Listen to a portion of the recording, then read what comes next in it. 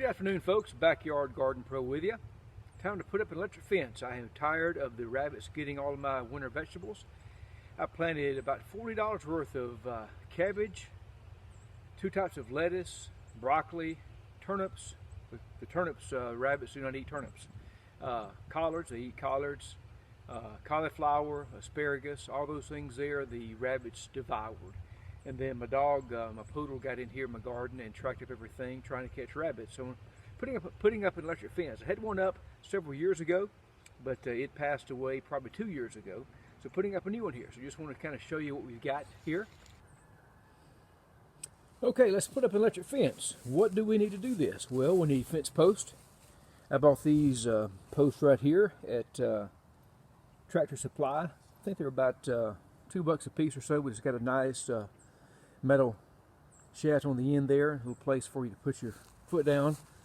And this is the way I do these things here. I just put them right here pretty close to my fence, to my border, and just push it down. It's rained here, so my ground is really wet. Just push them in and then turn them in. And what I'm doing is actually putting the lip that you stand on up underneath my the border here. That helps keep these things in place. And I always want to turn this so your wire is going to be to the outside. If you notice here, all of these, I already got these put up here, but they're going to be facing the outside.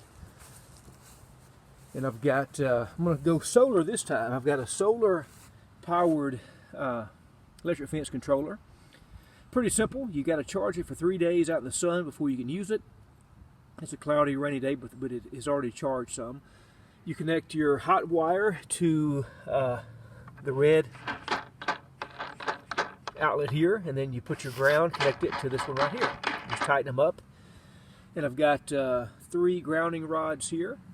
I've got a handle I'm going to connect so I can take my wire down easily and get my tiller in.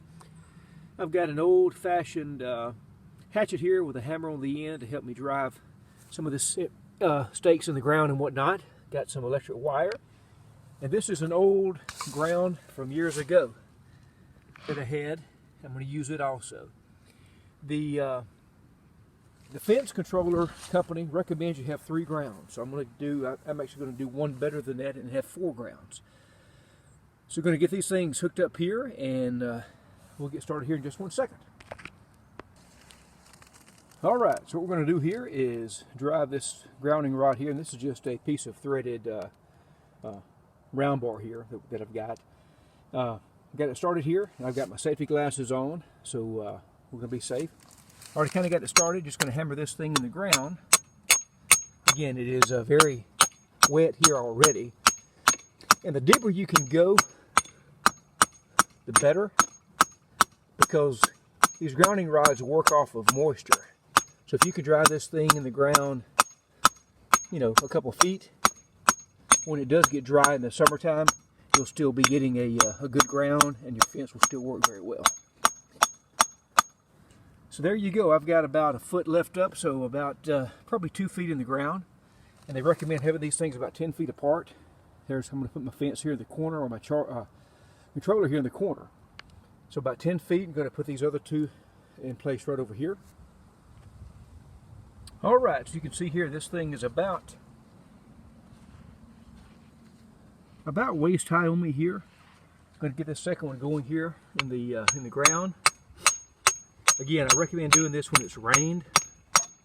Makes it much easier. Just going to drive this thing down. I know my video here is not that good. It's kind of hard to hold this video and hammer at the same time and talk. But anyway, just keep driving it as far as you can get it in the ground.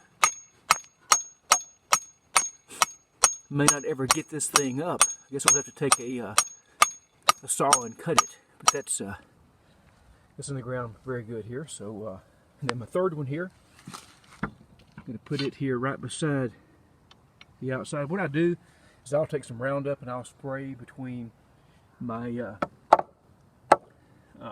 landscape timber here and the fence to keep the grass and everything dead, so it doesn't affect my ground. I don't want you don't want weeds and stuff to get on your wire from your fence. That will cause it to short out.